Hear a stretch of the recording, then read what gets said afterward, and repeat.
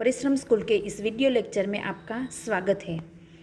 आज हम बात करेंगे चैप्टर 2 ईर्दगाह के प्रश्न के बारे में।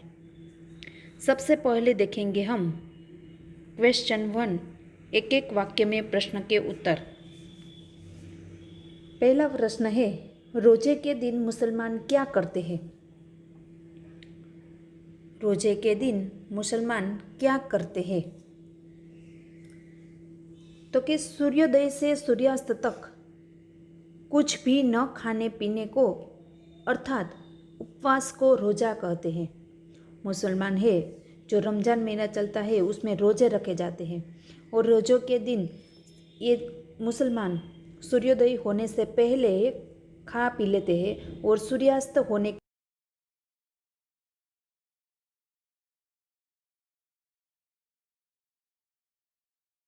खाते पीते हैं, उसे उपवास कहते हैं।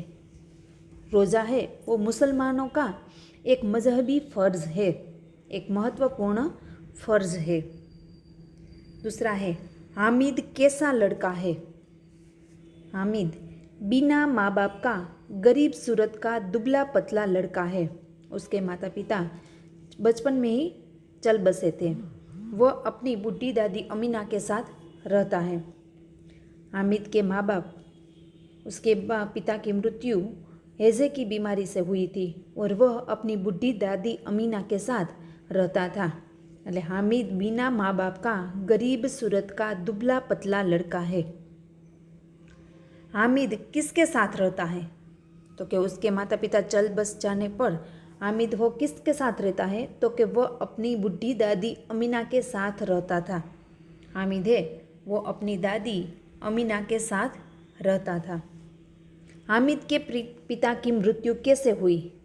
अगले हमने देखा था कि हामिद के पिता की मृत्यु कैसे हुई। तो कि हामिद के पिता की मृत्यु हैजे जैसी बीमारी से हुई।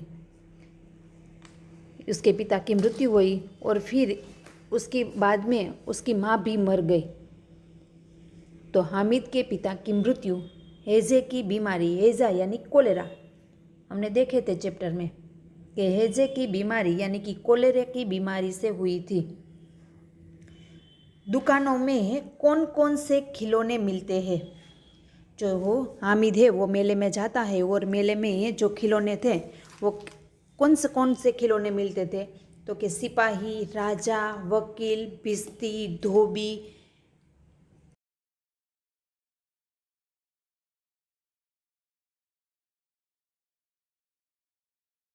रहा था।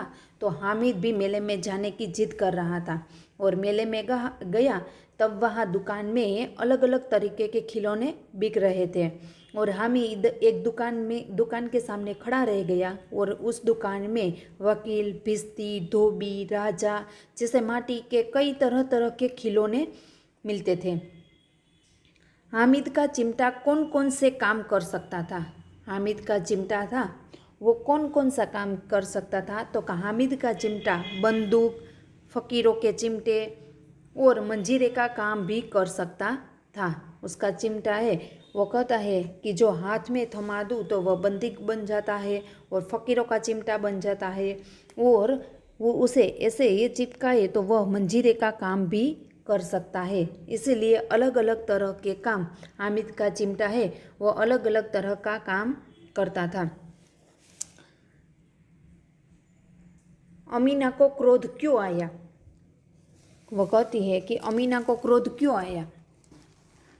अमीना को क्रोध आया क्योंकि हामिद मेले में से अपने लिए मेले में गया तो खाने की पीने की चीज़ें किसी भी तरह की चीज़ न खरीद कर वह एक चिमटा लाया था। उसके साथ ही आपने देखे थे, हम चैप्टर में देखे थे कि यह महमूद, हामिद वो सब लोग तरह तरह के नूर वह खिलौने ले रहे थे, कोई मिठाई खरीद कर खा रहे थे और कोई मेले के बैठ कर आनंद ले रहे थे। बल्कि हामिद वो सबको कुछ पल के लिए ही आनंद मान रहा था। मिठाइयाँ, खिलौने की दुकानें आती है तो कि वो सब उसके पल भर के लिए आनंद।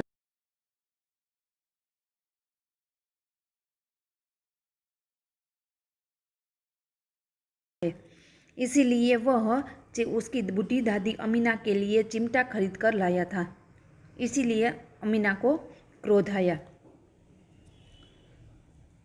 दो वाक्य में प्रश्न के उत्तर। तो कि गांव के लोग अपने अपने ये काम ईदगाह जाने से पहले क्यों कर लेते थे।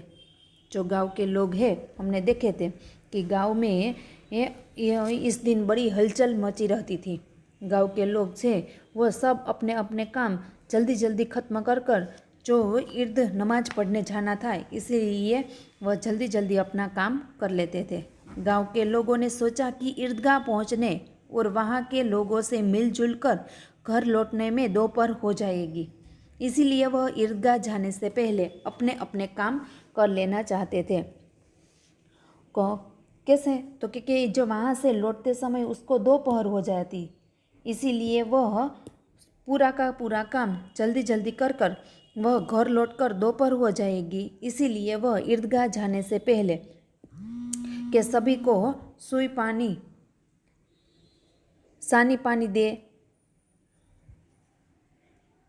कोई घास चारा खिला दे, जल्दी जल्दी बैलों को सानी पानी करवा दे, यानी कि जो पशुओं को आहार देते हैं उसे। तो ईदगाह लौटने में उनमें तेल डालने के लिए तेली के पास भगा देते थे, कोई जूते साफ कर लेते थे। तो इसीलिए जब सब लोग अपने काम जल्दी जल्दी करके ईदगाह जाने से पहले अपने काम कर लेना चाहते हैं। दूसरा है, किन अभावों के बावजूद हामिद प्रसन्न था। तो कि किन अभावों के बावजूद भी हामिद प्रसन्न था, ये सब था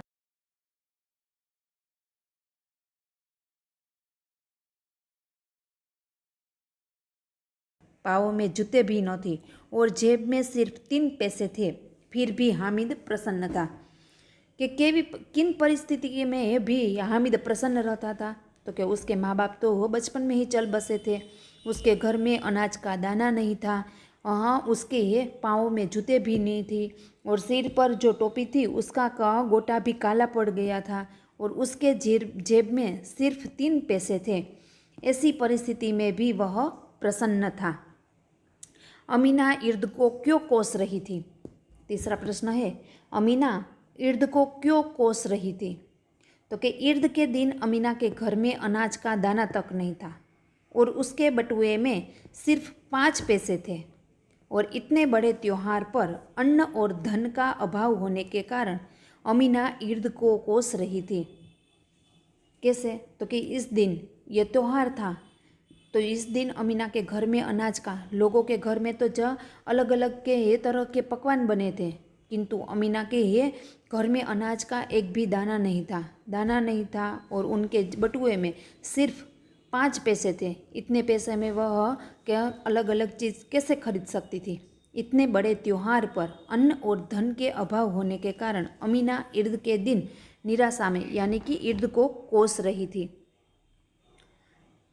वहाँ हमने देखा था कि दुकानों में कौन कौन से खिलौने मिलते थे। यहाँ प्रश्न है, दुकानों में कैसे कैसे खिलौने थे। तो कि दुकान में सिपाही, राजा, वकील, धोबी आदि तरह तरह के खिलौने थे। ये सब तो उसमें ही थे, राजा, वकील, धोबी आदि। परंतु कैसे? तो कि ये खिलौने इतने सजीव लग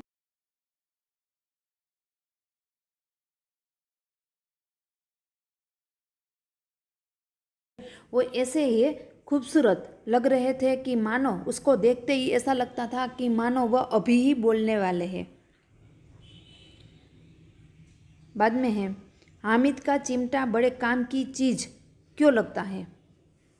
उसका चिमटा है, उसे क्यों लगता है कि वह बड़े काम की चीज़ है।